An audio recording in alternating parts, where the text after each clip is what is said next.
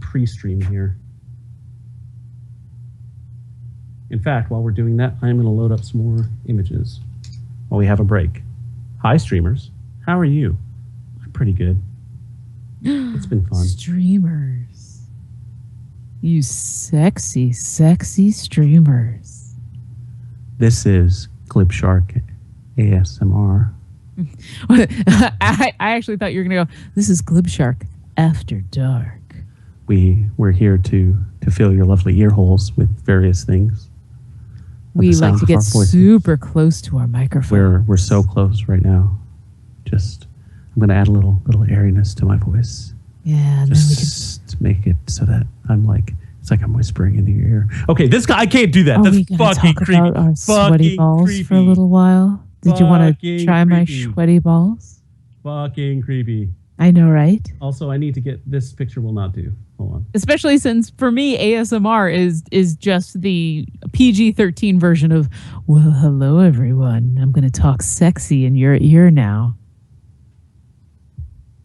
It's just not something I get. Like, I don't, it's not something that does anything for me.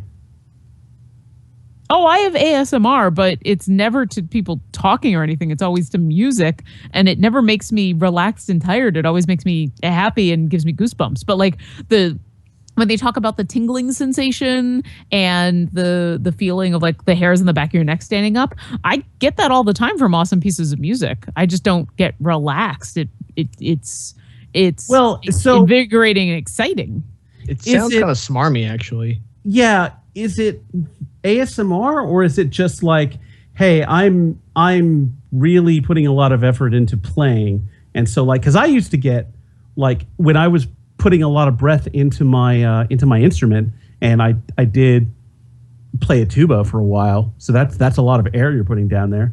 Like I used to get like head tingles when I would start playing loudly, and it was just like oxygen deprivation, I'm pretty sure. Well, but it's not just when I play. In fact, a lot of the time it's not when I'm playing, because when I'm playing, there's enough of my brain that is concentrating that it is really hard for me to be immersed in the same way as when you're just listening. But no, a lot of the time it is when I'm not playing, I'm just listening to music, either live in the orchestra and I just don't happen to be playing, or to a recording or something. It's almost always some awesome, and it's not always orchestral stuff, but it is often. And when people describe the manifestations of ASMR, it is, as far as everything except the relaxing, calming effect is the same for me. Like I totally get all of that, except I'm not relaxed and calm. It makes me excited. It's a shot of adrenaline when something that cool happens. And it doesn't even have to be exciting music. It can just be a wonderful moment. Will make the hairs on the back of my neck stand up. So I don't know. Maybe it's not the same thing. Maybe it's a related thing. I don't know. Hi, I'm Jack. After Dark. I'm not doing that. Also, this is Jonathan. After Dark. I'm Lauren. Not After Dark. No, it's dark outside. No, for me it's 7 o'clock, and it is the summer, and it is still light outside. So this is Lauren before it gets dark. And we are Glib Shark. We are recording this episode on August 16th, 2016, during the 30 games of the 31st Olympiad. We're going to get to Olympics and a whole bunch of other stuff in just a bit. But first, as always, or at least as often as we can, we have the lovely, the talented, the amazing Oboe Crazy here to do a little something that we call This Week in Geek. How are you, Oboe? I get to talk about Sting, Lin-Manuel Miranda, and sex pigs. This is the best This Week in Geek ever. Okay, first, Lin-Manuel Miranda. If you don't know that name, it's because you've never heard of Hamilton before, and if you've never heard of Hamilton before, you're living under a rock. Yeah, he is a award-winning composer and songwriter who was the person behind Hamilton and the person behind a lot of amazing musicals, and has kind of been everywhere and awesome. And now he's joining Disney. Kind of. He is going to be working on the live action adaptation of The Little Mermaid, which is something no one knew that they needed until now. So he's actually going to be joining the original songwriter, Alan Menken, and they're going to be working on the music for the upcoming remake. No writer or director have been set yet, but, you know, bringing someone on like Miranda is kind of huge. So the word is that all of Menken's original memorable songs will be in this new film. So they haven't actually said what exactly Miranda is going to be doing.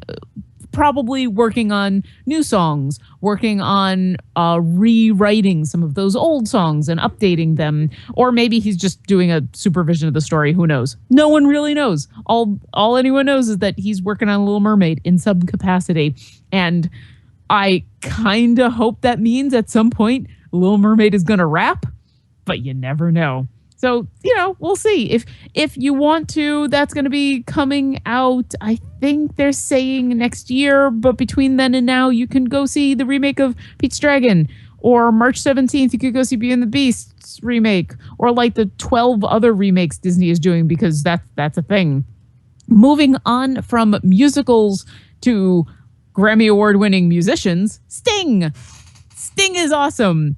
And he's a smart guy. And he's apparently super interested in science. So he got his brain scanned for science, kind of. So a few years ago, Sting was traveling to Montreal to play a concert. He read about this professor, a cognitive psychologist at McGill University, who wrote this book called This Is Your Brain on Music. And he read the book and really enjoyed it. So when he was in Montreal, he had his representative contact the guy who wrote the book, Daniel Levitin, and asked for a tour of the lab.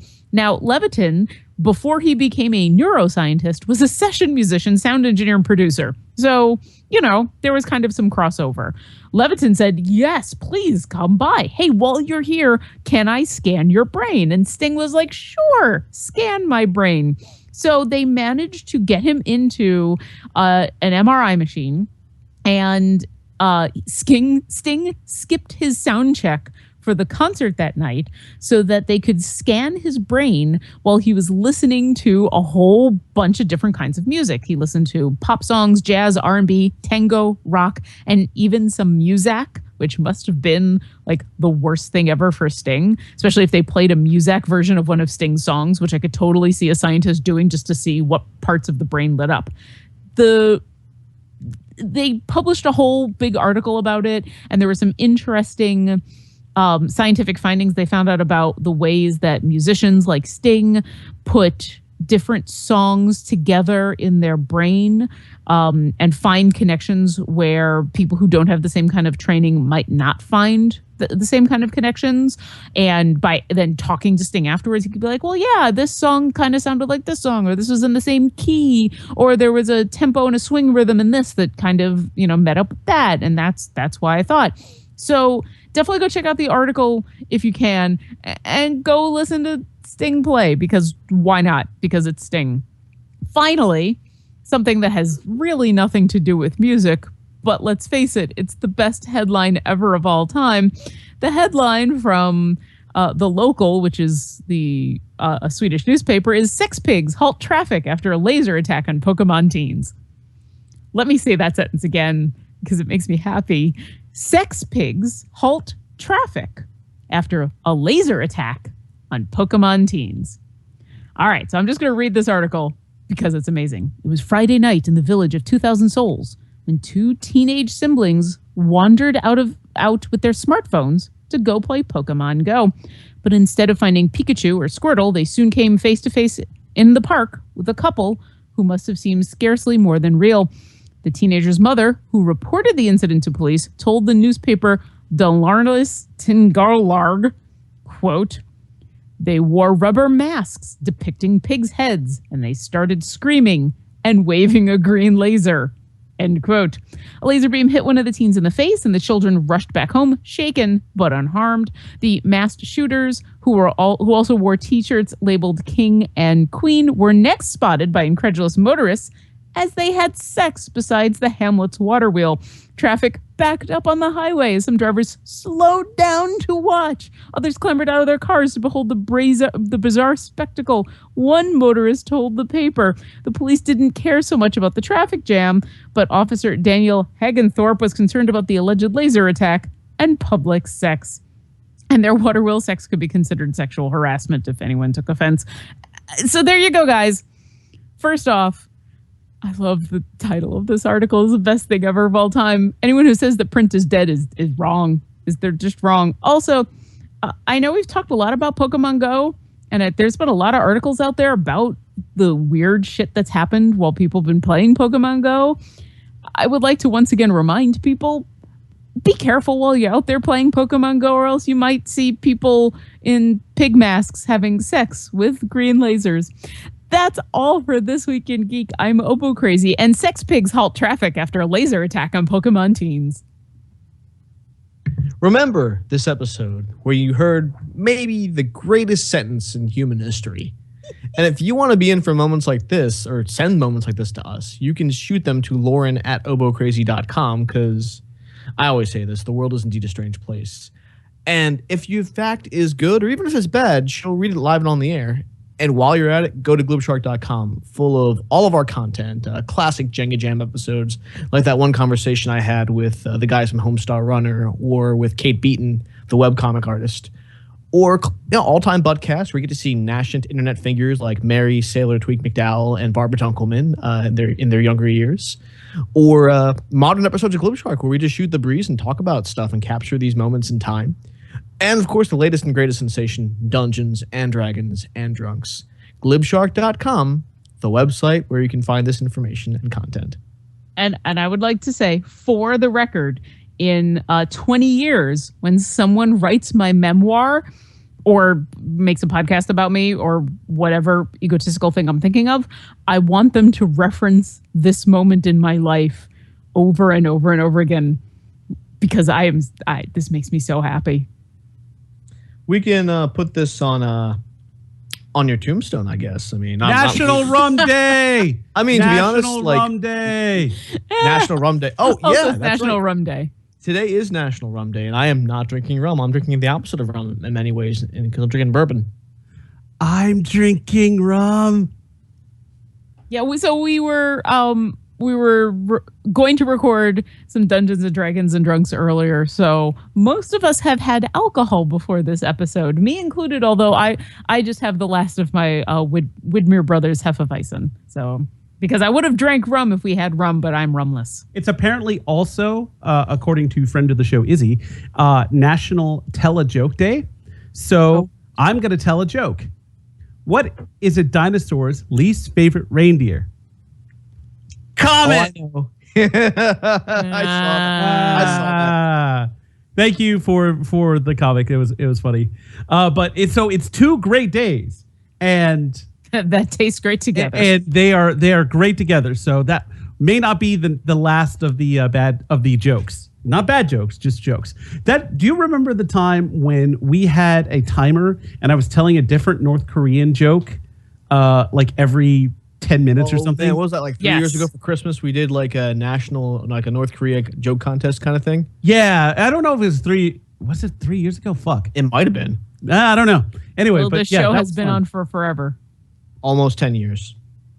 Also, at this point, you mentioned jokes, and very, very recently, Luke and I watched The Killing Joke, and I almost told the joke from the end of that episode when you said we should all tell jokes. Go ahead and tell it, because I think that's probably the best part of that whole thing. Fast forward about 2 minutes if you haven't heard it. I would argue that's not okay. I will not tell the joke, mostly because you know what? Fuck it. It's not a spoiler. I will tell the joke. Yeah, I was about to say, well, fuck me. I won't suggest anything anymore. No. It wasn't that. I was thinking it was going to be a spoiler, and I didn't necessarily want to spoil it in case someone wanted to watch it. But you're right. It's not a spoiler. It's a joke.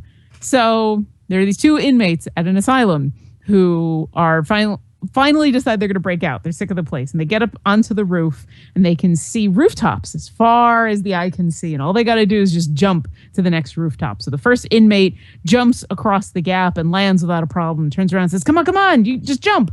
And the second inmate says, no, I'm going to fall and I'm going to die. And so the first inmate says, wait, hold on, I can fix this, and pulls out a flashlight and shines it onto the gap and says, see, there you go. Just jump onto the light and then you could just walk right across, no problem. And the first inmate says, what, are you crazy? I'm not going to do that. The instant I do that, you're just going to turn the light off, I'm going to fall. Ha ha ha ha ha ha ha ha. So as the next panel goes. Okay. In the comic. I had not read The Killing Joke in forever and a day. And we watched the recently released animated movie, The Killing Joke, which a lot of people were very excited about, me included, because of the cast. Because it's Mark Hamill as the Joke. It's basically, if you watch the Batman the Animated Series, it's that cast. Which, the only thing I think it was missing was the original Harley. I think it had Tara Strong as Harley. That's true. Yes. Anyway, it's of the main characters. And Tara Strong is in it. She's just playing Barbara Gordon. Okay. I thought she was. Yeah. Anyway. She might have. Anyway. I'm gonna try to do this without spoiling anything. We watched it and we got to the end of it. And we're like, wait, that's not what I remember. That's not how that, wait, seriously? Is that what happened? And so I went on that bastion of truth Wikipedia because I don't have it. And I don't know if Luke's got it, Killing Joke. And we read through it. And with the exception of some changes to Batgirl, the overall plot of the movie is accurate to the original comic, which goes to show that sometimes we fondly remember things. And we get this a lot with movies that like, oh, I remember this movie watching it as a kid or as a child and I loved it. And then I went back and watched it again and oh shit, it's crap. I'm going to say The Killing Joke probably falls into that category. The ending sucks. And it's true to the comic. Yeah. Which says something. Wow. And it's been long enough since I read it that Luke and I looked at each other and went, oh, wait, I remember it being this way and I remember it being that way and I remember this and I remember it ending that way. Nope. It's not a good ending. It's not good. So I was waiting for the red box on this one and now I might not even get it for that. No, no. The voice acting is absolutely excellent. There's some very well publicized changes to Barbara Gordon's character and her relationship to Batman. Yeah. And there is an added moment or two that suggests something that there's some added horror elements in there that really just come from a line or two that if you think about for more than a second or two are skeezy, are just super super skeezy. But otherwise, it's a different style. Like I said, it's the Batman animated series voice cast, which it is, but it is not that style. It's a much more anime is the wrong word, but yeah, it's a much different style, but it's good. It's nicely animated. But no, I'm gonna say give it a pass. I'm gonna say overall, no, it's not that good at all. There's plenty. Go watch the Batman animated series and yeah. Yay, we don't have to spend any more time talking about it. Okay. Yay. Speaking of giving things a pass, I'm thinking about not doing the Dungeons and Dragons for Jocks Fantasy Football League this year. Oh no. Yeah, I know. You sound real broken up about that one. Well, I just haven't done any fantasy football in a couple of years. I actually just got back into a friends league. Like I got an invite from an old college buddy. He's like, "Hey, you want to be in this league?" And I'm like, "Sure, this will be my only league." Like that's it. And as someone who's never participated because she's not into football, I would like to plead the fifth and abstain from this conversation. Maybe I should do like a fantasy kind of thing, like tracking thing for the companion game Dungeons and Dragons and Drunks. I don't know. It's like the drinking game or something where people accumulate points for certain things or certain actions. I don't know. I'll say this, being the editor of that show, there are definitely things in where I have thought, God, if this was a drinking game, I would be drunk in the first 5 minutes of this. Let's see. So the number of times I say specific things in reaction to stuff makes me want to kill myself. Yeah, I whenever I listen to this show or Dungeons and Dragons and Drunks, I'm always trying to make notes in my head to be like, okay, don't do this anymore. And don't do that anymore. And quit fucking saying "and" all the goddamn time. The "and" is okay because it's a very natural reaction to like it's got a very improv feel to it, that yes and kind of thing. I say all right a lot, and I need to stop that. You guys say something or ask something or do something, I'm like, all right. I need to stop doing that. I find that sometimes my cadence is affected by things I'm listening to. And the most recent influence to that is definitely Anthony Bourdain's Kitchen Confidential audiobook. Yeah, you just recently finished that, right? I finished it last week. And God fucking damn it. It was really, really good. I was mentioning this in the pre-show, which I'm pretty sure didn't get recorded. But because of that, I like calling people rubes. I find rube is a very, very friendly insult for someone. Is it? Yeah. I would not want to be called a rube. Well, you're not a rube. That's true. That's I the think thing. By friendly insult, you mean something that is not terribly harsh. It's not like calling someone an asshole or a variety of other terms that we could use. Essentially, Anthony Bourdain spends a lot of his time calling his customers rubes. I'm sure he appreciates the fact that they are customers because, like a lot of people who are patrons of artists and musicians, and in his case, chefs and cooks, without those people, he doesn't survive. He doesn't succeed. So he can call the people that come into his restaurant on Friday and Saturday nights the unwashed rubes of tourists and whatnot. But it's fine. I think he means very...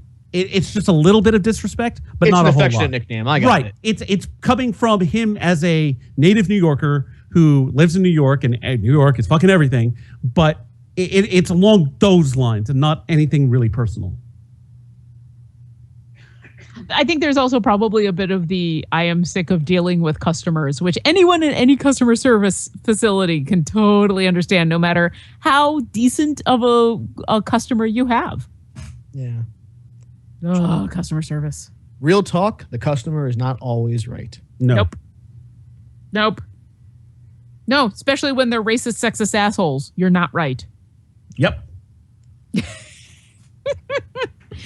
One of these days, we're just going to sit down and burn all of our bridges and tell all of our customer service stories. It was fun. I talked to a few guys. Yesterday was the RT Community Day. So I went ahead and organized a little event.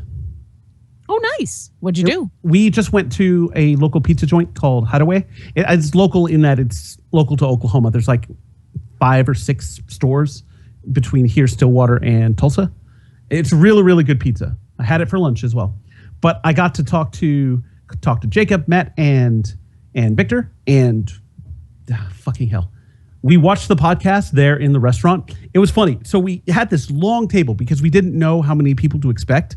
So I set up my tablet on one end, I got a Bluetooth speaker specifically for this, and put it down in the middle of the table so we could all listen. So we're watching the podcast. What was kind of cool was us talking about what was going on in the podcast, but in our context. Like, it wasn't like, oh, what did Bernie or Gus or Game Over Greggy think? No, it was us like, oh, what did you think about this? Or do you have any experience with this? Have you played No Man's Sky? That sort of thing. It was cool.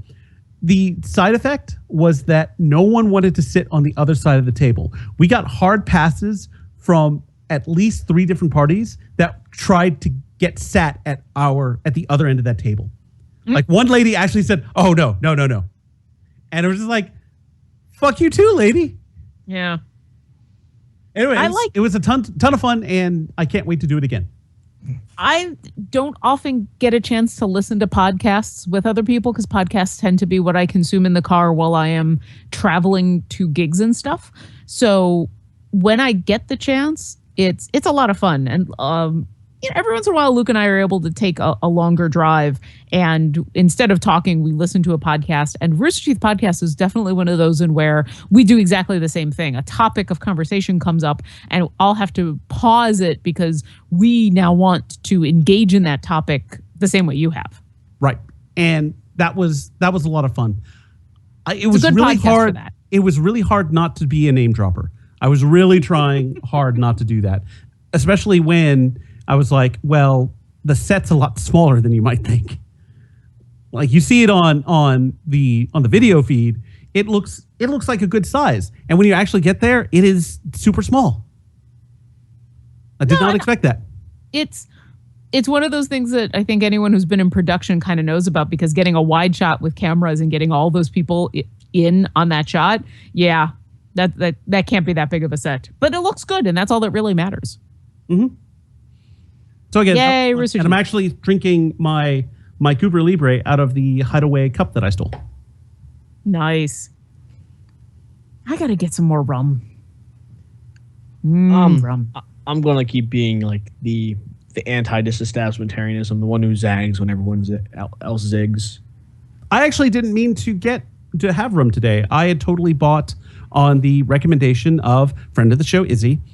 She went to a wine tasting and food pairing this weekend, and one of the recommendations she had was something called Tannat wine, which is a grape that is originally from France, but then got transplanted to South America, where it's thrived in especially Uruguay and apparently Argentina as well.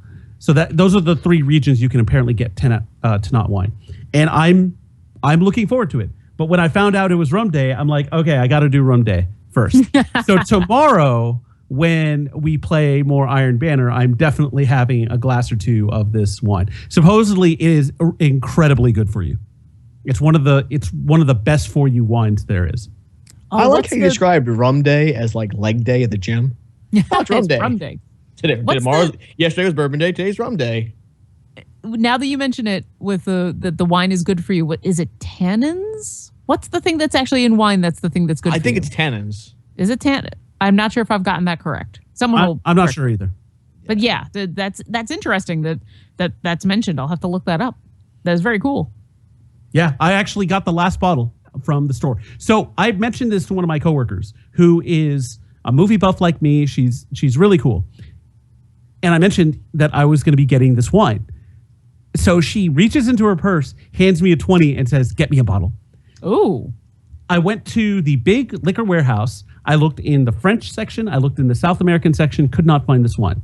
Fortunately, across the street from the restaurant we were meeting our tea people at, there is a wine cellars. Like actual, that's all they do is wine. And they actually do have a liquor section now, but mostly it's wine.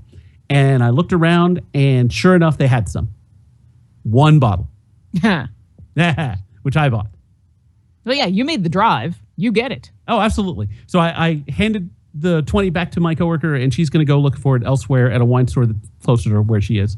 But I'm super excited. I'm really, really thrilled to try it tomorrow, especially when it's going to be paired with some Iron Banners. Which is Drunk Crucible. Drunk Iron Crucible. Banners and wine. Iron Bananas and wine. Ooh, Yes, bananas. yes, thank you. Iron Banners and wine. I like Iron Bananas. Iron Bananas better. What's Iron the name of Bananas- that? What's the name of that dessert? Is it just flambe, and where you just pour liquor over bananas Was and it set Sherry's them on fire? Jubilee? No, something Is it else. Banana Banana Foster? flambe. It could be all. Foster's. Yes to all of your answers. But now that's what I want. I wish I had dessert, and the messed up thing is I can't go and drive myself and get dessert because I've been drinking rum. No, So- that's what Ubers or don't you have in town one of those delivery services for, hey, I really want this shit, someone bring it to me? Fuck, we might. You Amazon probably Wow. do.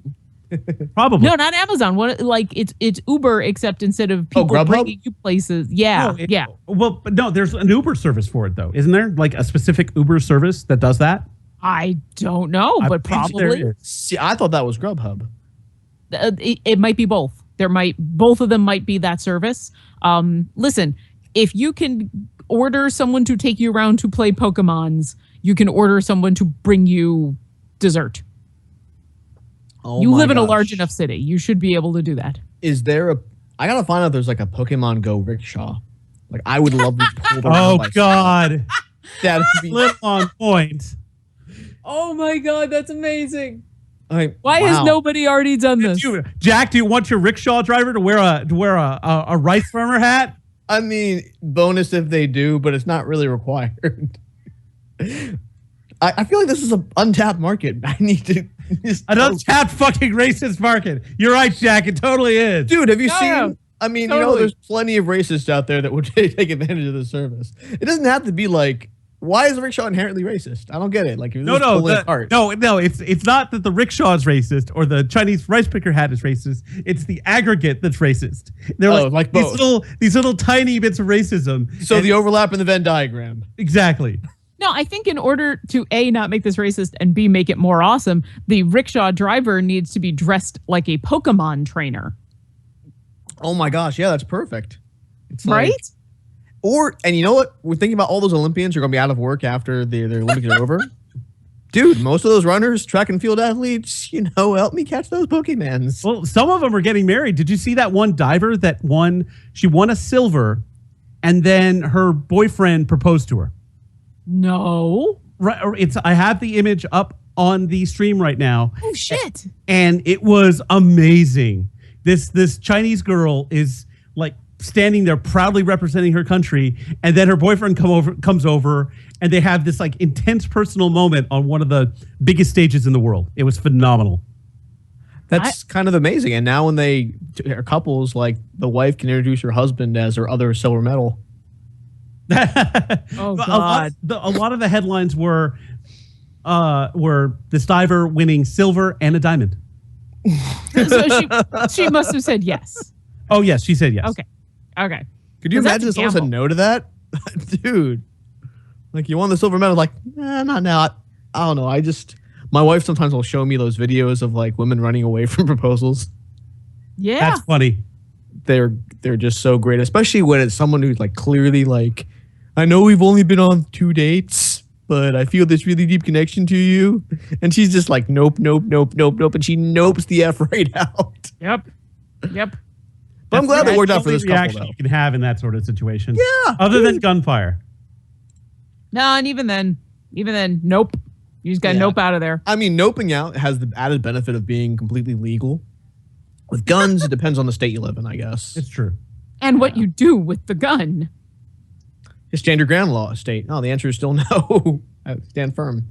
That Is was that it. the opposite of a shotgun wedding? Breaking news. I have been added to a list. ASMR Storytime /ASMR. What? Oh yeah, you know what? Because It's I funny. fucking retweeted The ASMR hashtag. ASMR hashtag. So the Glib Shark account actually was added to something similar. I didn't get a chance to mention it on the show, but according to this, we've been added to the list ASMR by Whispering Woman. That's the one that added me. Ah, okay. Oh, okay. Well, they're going to be super disappointed when they listen to this podcast. Really, they're gonna. Well, after the first minute, yeah, like Yeah, and when I stream, which is rare, I feel like I should do that more going forward. But I don't. There's no ASMR components to it, unless for some reason watching me play Destiny badly gets you off, which it might. Not discounting that, but just saying. Oh, speaking of Destiny, today a bunch of news came from Gamescom. Actually about Destiny and Overwatch, but mainly Destiny in the Rise of Iron expansion is getting private matches. yay! No more randos. If you want to just play Rumble with your friends, you'll be able to do that. They also added a bunch of other stuff, like they're adding more Crucible maps, obviously, and they're adding other things that tie into Rise of Iron. But by far, this is the most exciting news that's come about.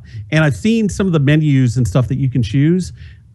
you can't do. It's not like Halo 3 or any of the Halos where you can like manipulate everything you want. Really, you can just say, hey, this is a match, but it's just for us. And then you can make it like a mayhem match. You can make it to where it's like Iron Bananas, where light level matters, or like normal Crucible, where light level doesn't matter. And there are all these like little features. So it looks really, really cool. And this was by far one of the things that I felt like Destiny was lacking. And now we're going to be getting it. Good. Super excited. Good. So, yeah, it's kind of double-edged sword, though, that it took, 2 years to fix everything that was wrong with the game? Well, they didn't fit. It's not. They haven't done that. They've just given us this. I'm excited because there are times, when this hadn't been the case.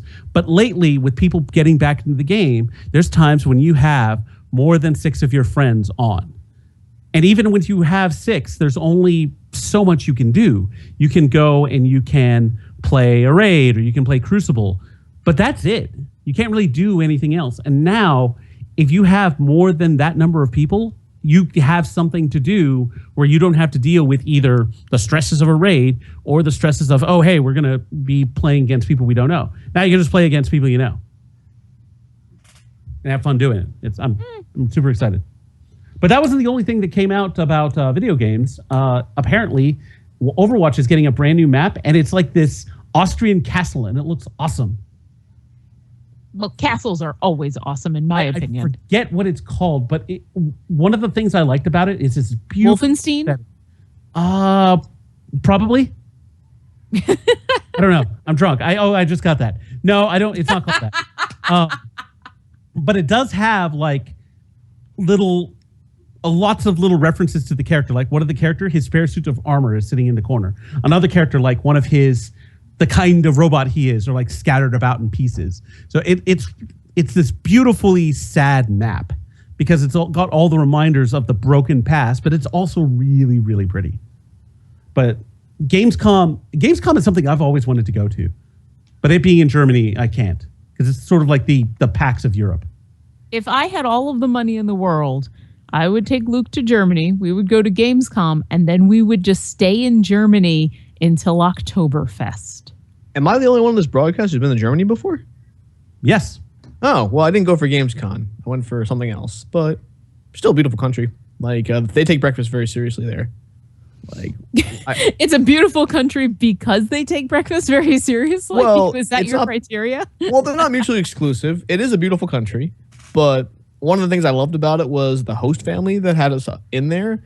They'd make us this gigantic breakfast. They had like a bread maker, so there'd be like 4 or 5 different types of bread, and there'd be like 4 or 5 meats, and then like it was legit. Like they had a big breakfast. I mean, granted, they were a retired couple. I don't know if the average German family does it that way, but the place that we happened to be was just like breakfast, all the things. Make sure you get off your day of like being a religious pilgrim, with a big breakfast. So to the family in Strasbourg.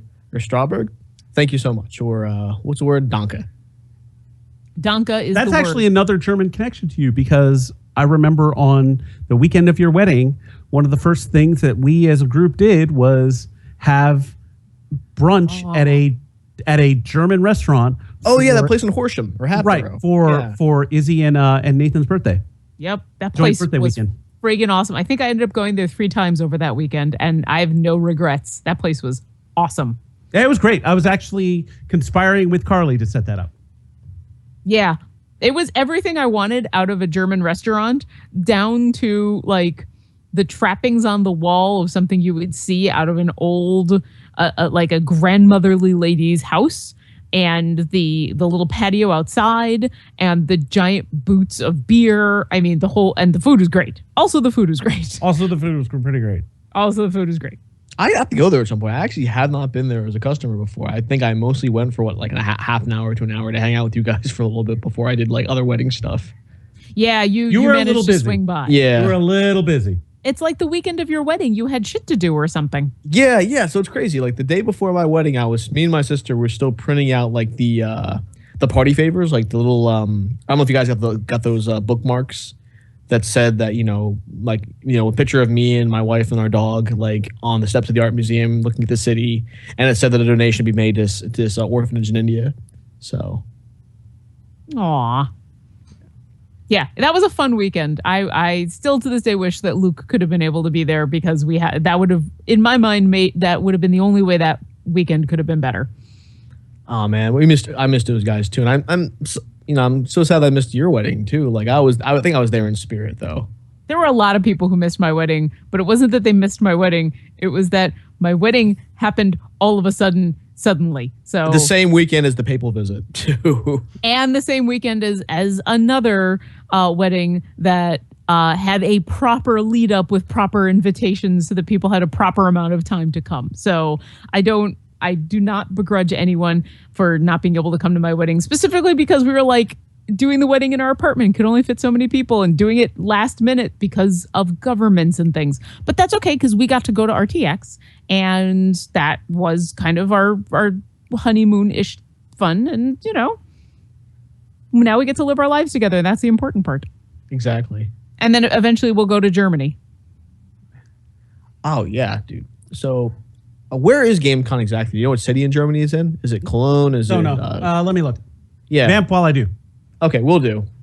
Ah, man. So I feel like I haven't traveled. Like I'm trying to go to India next year. So that's going to be an interesting like savings challenge or whatever. Because I mean that trip's not cheap.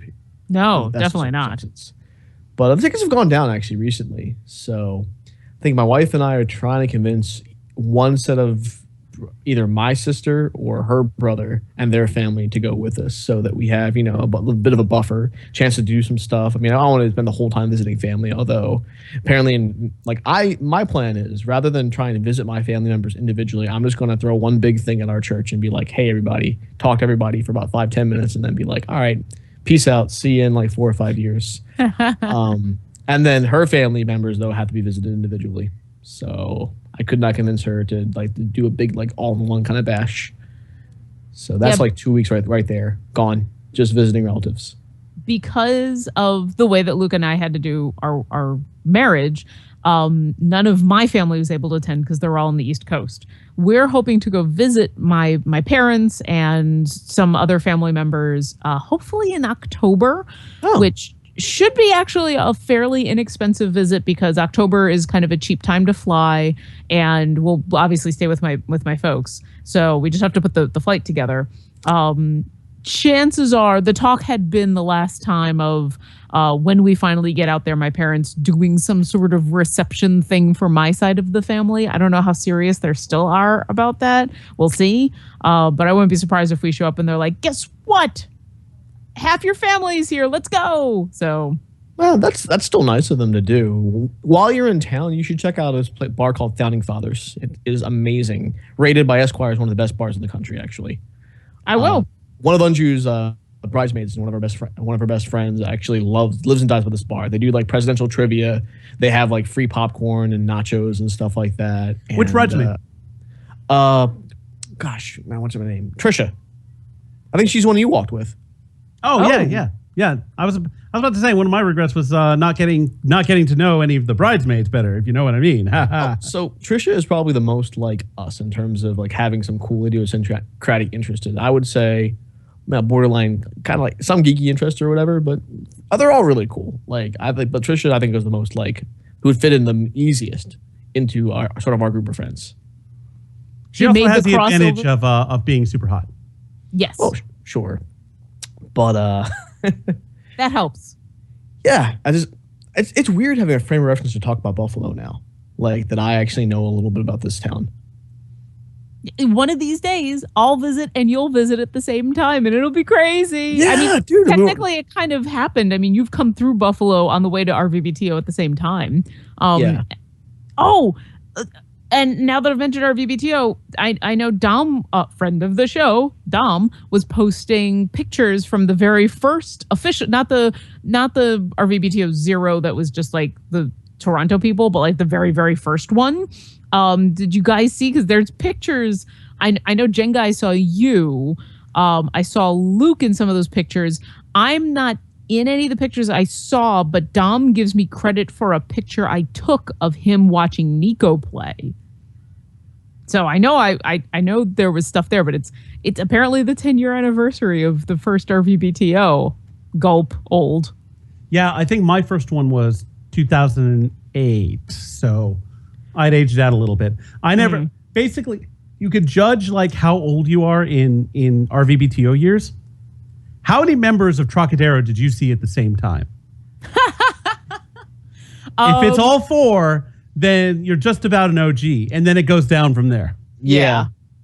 Dude, I think the year that I went, it was the entire band. Yeah, that was the year before I went, because when I went, it was just Nico, Martha, and Jeff. Oh, well, there was no Brandon. And that first year, 2008, 6. No, I'm sorry, you're right. 2006, it was just Nico, I think. Because this is before he brought the new lineup going. This is before right. He had that the was new lineup. Yeah. You're right. That was before he added Martha and Jeff. Yeah. Yeah. And so like the picture of Nico and Dom that I took is literally Nico on the stage at the Ram and the Rye? Yeah. Playing and singing as Dom is like the only one in the picture. I don't understand why. Just cheering. And that was the year that they were at the we were on the college campus, I want to say, because it was like in a little theater, and Nico just played it was just him and his guitar and his amp, which was really cool. Yeah, dude, memories. That's just an amazing time. And I was so sad it's bittersweet, right? Like I was sad to miss Uncon this year. Yeah. Like I wish I could have made it. I had training that same week for actually Toastmasters later. They had officer training, and that was the only time I could make it. And just to see all the thoughts, all the people that made it out. I think Duffman Medic was there. Yeah, Duffman Medic was there. If I had known that that crowd of people specifically was going to be there, I probably would have made a bigger effort, because like Katie Schenkel and Mike were there. Who else? Robin, who is a friend that I met at RTX. She made it out. And Barbara, Paul. I did not realize that Paul was going to be out there. Yeah, Phoenix Rage and I hung out like a couple of years ago. The last PAX East that I went to, most of the time I was actually hanging out with him. And that's probably the last time I've seen them, actually. I haven't seen him in a fucking long time. Yeah. It's sort of strange, all these people like growing up doing such interesting things. Like Katie's basically writing for Cracked and the Mary Sue and everything. So proud of that kid. Yeah. And that Barbara chick that we remember being like 13 with braces, I hope she went on to go do something awesome. I mean, that was one of the most funny stories or the most fun stories to tell was from RVBTO 2008. That was the peak of the sports bar. That was the height of the sports bar's power. So we took a sports bar picture, and a lot of undesirables made it into that picture. A lot of undesirables that we were like, who the fuck are these people? They're not. A couple of randos. A bunch of randos. One of which was one Barbara Dunkelman. And we edited her face out of the final picture. Nice. Because we were such cool kids back in the day, right? Well, we wanted like people who weren't there, who were in the sports bar, to be in the picture. So I forget who it was, went and like replaced a bunch of faces of these randos and put actual sports bar people in them.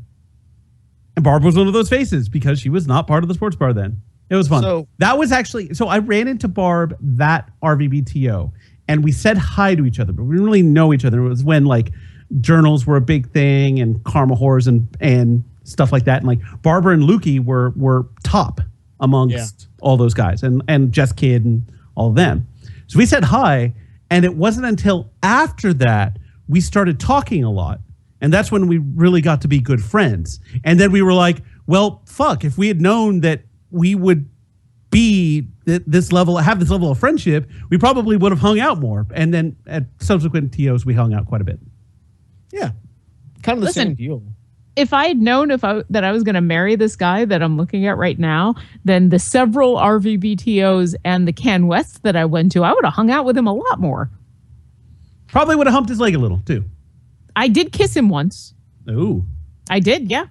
Our first official kiss was long before we ever started going out, and it was on a drunken dare from friend of the show Linnea, who said, "You've been making googly eyes at him all night. Just go up and fucking kiss him." So I went up to him and I said, "So I'm gonna kiss you now." And he went, "Okay." And I kissed him. Have I never told this story before? No, you haven't. I don't think. But I mean, that's the end of the story. I know, but I'm just. Your impression of Luke and his reaction is exactly what I imagined in my head. Yeah, that was. I mean, we were all fairly intoxicated, and yeah, I mean, it was Luke. It also wasn't like a long, passionate with tongue kiss. It was, peck on the mouth kind of thing. It was just like, mwah. All right, that was fun. But yeah, so technically, our first kiss came several years before we started dating. That's funny. Can we? Hell of a story. So speaking of Rooster Teeth, we've got a couple of minutes left before the end of the show, and I finished watching Day 5 the other day. All right, guys, streamers, if you don't want to hear Day 5 spoilers, make your exit now. We appreciate you hanging out with us up to this point. As you have noticed, our stream was full of awesome Olympians, some American, some not, but all of them had a story to tell this Olympics, and it's our little recognition to them. And Olympics are awesome. Olympics are awesome. But NBC sucks. That is also true. I don't know how long I should wait before we just jump right into the Day 5. Bye, not Day 5 people. Oh, hang on. I'm hanging. Let me grab, let's see. The spoiler sign? Are you going to put up the... Of course I'm going to put up the spoiler sign. Yay, spoiler sign. So I have to find... I mean, I would hope at this point anyone who's interested in watching it has seen it, because this is now several weeks past when the last episode aired. Because Luke, I'll kind of ramble in non-spoilery ways until we're ready. Luke and I did not get a chance to see it when it was airing live. And for good or for ill, the episodes were much longer than we anticipated them being. So it basically was up until last week that we were able to carve out the time to watch all 6 episodes. And we finally saw the last 2 episodes. Today is Tuesday. So yeah, yesterday. Oh, there we go. Appropriate picture is appropriate. That's what I do. All right. So I'm jumping right now into spoilers. Let's do it. I loved the show until it ended, and the ending fucking sucks. And here is why. Not because they don't answer anything, because I am totally okay with a show that does not give us answers. We do not find out exactly how people are being forced into dying when they fall asleep. We do not find out who is causing it. We don't know a lot of things plot-wise. But Day 5 to me mirrored The Walking Dead in a lot of ways. The main way being the apocalypse is not the story. It's the catalyst. And the story is these people that we meet, who we watch their story unfold on the 5th day of this apocalypse. And because this is a character-driven show, and what we're learning about these characters and finding out about their experiences and growing to enjoy them and care about them, their character arc needs to have at least some sort of closure. Some characters did. D&D gentleman had it was a sad ending, but he had an ending to his character arc for the 6 episodes. And that's one thing that I was hoping for more for that character, and I loved the cameos of Adam and Blaine in that little part. That was cool. It seems like, and this is, and I'll let you finish here just after I make this remark, but it seems like Day 5 is really all about piling on the nihilism. And this is especially true if you see their little shorts. It's like there are no happy endings here. No one is getting a pass, and no one is going to be happy. And that's okay. To a point, Buffy the Vampire Slayer was a little bit about that, because everyone that Buffy fucked eventually died. But I don't know. It's just there's this overwhelming nihilism to the show that it's very surprising coming from this group. Yeah, definitely. I mean, everything about this show, no matter how more serious a lot of their stuff has been, this was Netflix level serious R, from swearing and boobs to just, content. But there's plenty of stuff out there. Like I said, The Walking Dead, there's plenty of other content out there in where Game of Thrones, to an extent, in where you are watching these characters that you care about, and it doesn't end well, but it ends. And so yes, D&D guy, he makes the heroic sacrifice. He is a paladin. He gets to be a paladin in real life. He gets to go on this mystical quest and discover an ancient evil and destroy. And as far as he is concerned, when he falls asleep, he is doing the noble sacrifice thing. He is either going to wake up and everything will be fine, or he's going to fall asleep and die. And either way, he will have done his duty. And so, yes, it's sad, but his character arc closes. And so my problem with the end of day 5 is that it's it's like the main characters, Allie, Sam, Ellis, I've forgotten the guy's name. The few main characters that we've been following, all 6 episodes, don't have a character resolution. Even if the resolution is just, all right, we've done the things that we've set out to do and we don't have any answers, and so now we're going to continue on. No, they purposefully end this last episode with Allie and the three of Allie, Sam, and the gentleman I can't remember going to find Ellis to update him, and then this weird little button on the end and where Ellis is gone, and Sniper Chick is apparently able to fall asleep, and then Mystical Crow guy. Yeah, the Raven is able to fall asleep, and Sniper Chick is able to fall asleep. And it's like, why would you put that in there? Yeah. If you didn't if like, because they've always been very coy about, is there going to be a second season? They're like, well, we don't know. Well, yeah, there's going to be a fucking second season. Otherwise, your show is pointless. Exactly. Either there isn't a second season, which makes this ending worse, or there is a second season, which makes this ending horrible because it isn't an ending. It is just, it's not a second season. This is part 1 of a season. Right. So, and yeah. So that was my issue, was that because we got about 2/3 of the way through the episode, and Luke and I looked at each other like, this is really good and I'm really interested, but there's not enough time to wrap this shit up, is there? And I'm like, nope. And we got to the end, and we got to that little extra fuck you button scene. And Luke actually made a really good point. So Agent Washington has a speech to Sam about Beethoven's Fifth and about how it's the historical significance of the British using it as a fuck you.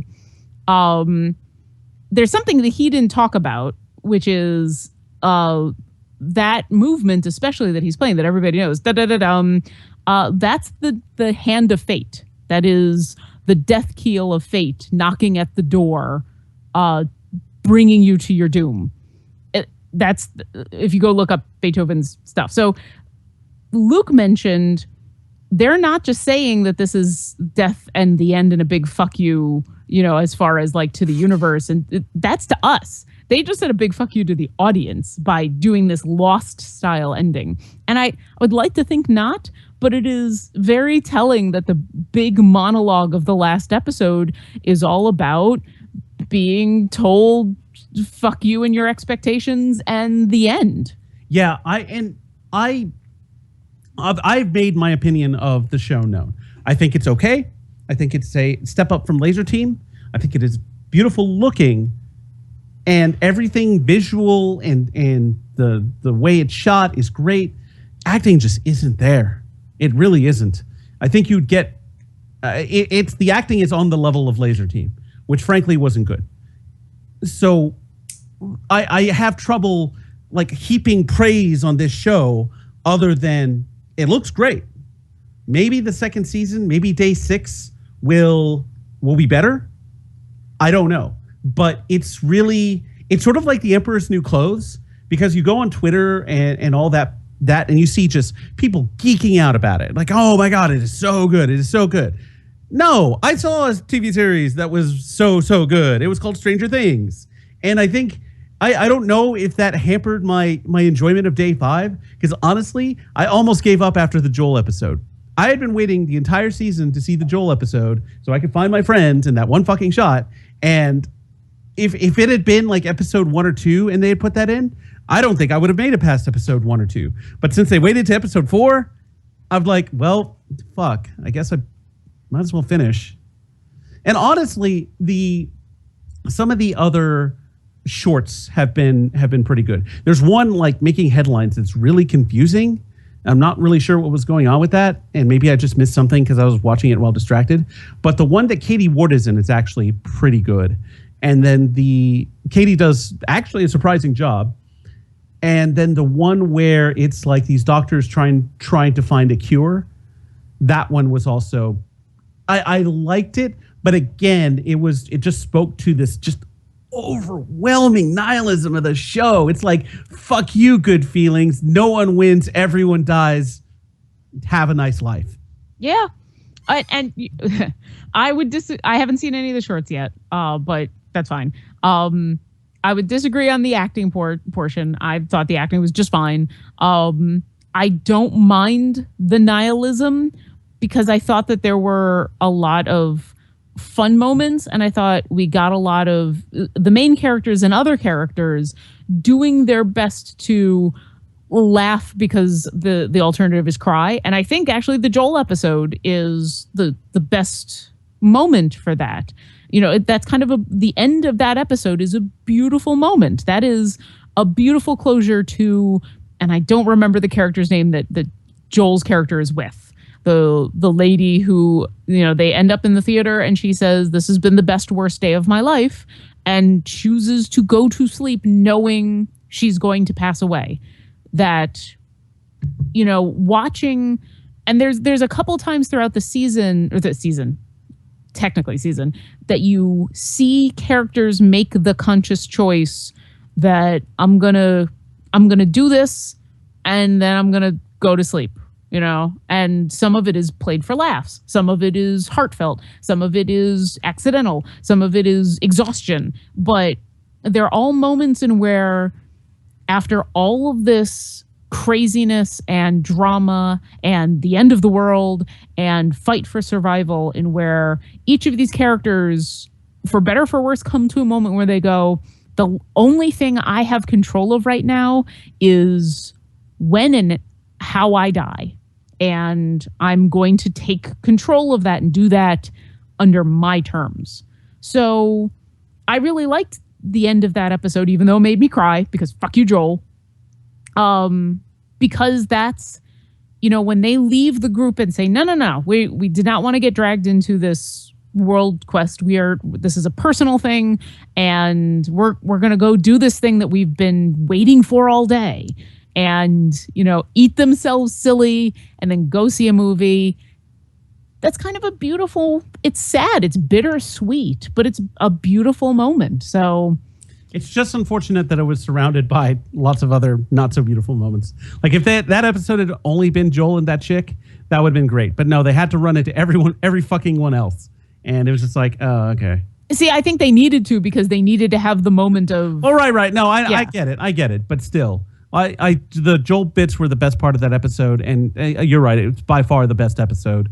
Yeah. But just because the B story was so much, and nearly A story was so much stronger than just about any other part of any other episode, then that made it worth watching.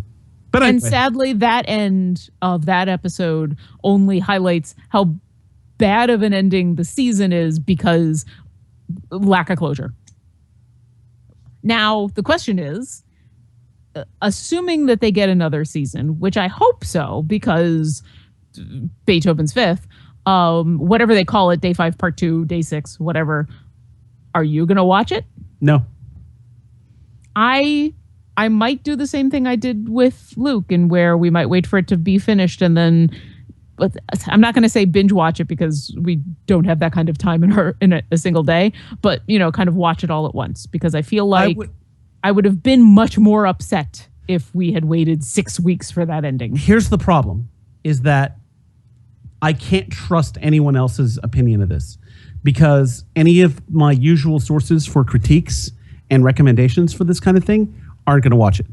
And anyone who does watch it, personally, I can't trust their opinion, because all I've heard is praise for it's like extreme praise for a show that I think is only okay. So unless like, I don't know, there's going to have to be something compelling, really compelling, for me to watch another season.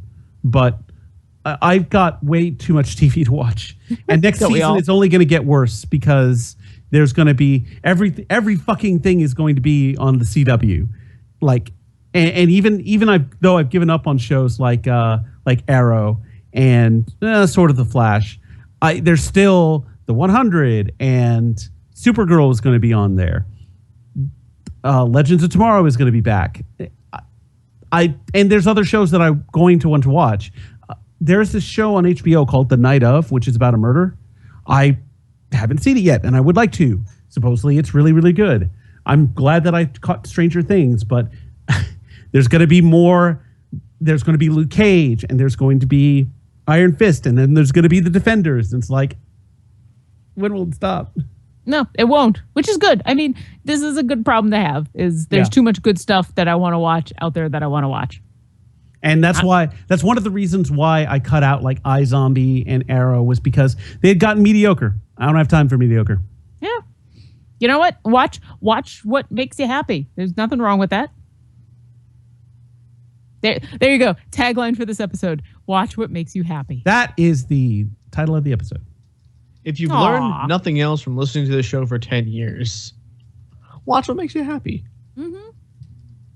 Also, drink some rum while you're doing it because it's National Rum Day. You've got, depending on where you are, you only got a couple hours to get it down. Yeah, but you've got the best hours of the day to be drinking rum.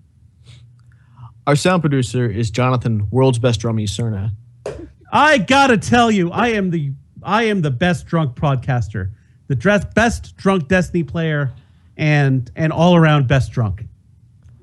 Our announcer is voice actor Bob Ball. Our theme music is done by Linnea Boyev. And on behalf of Lauren Urban, Jonathan Cerna, and the entire Glib Shark staff, this is Jack Edithil saying good night, good health, and stay rummy, my friends.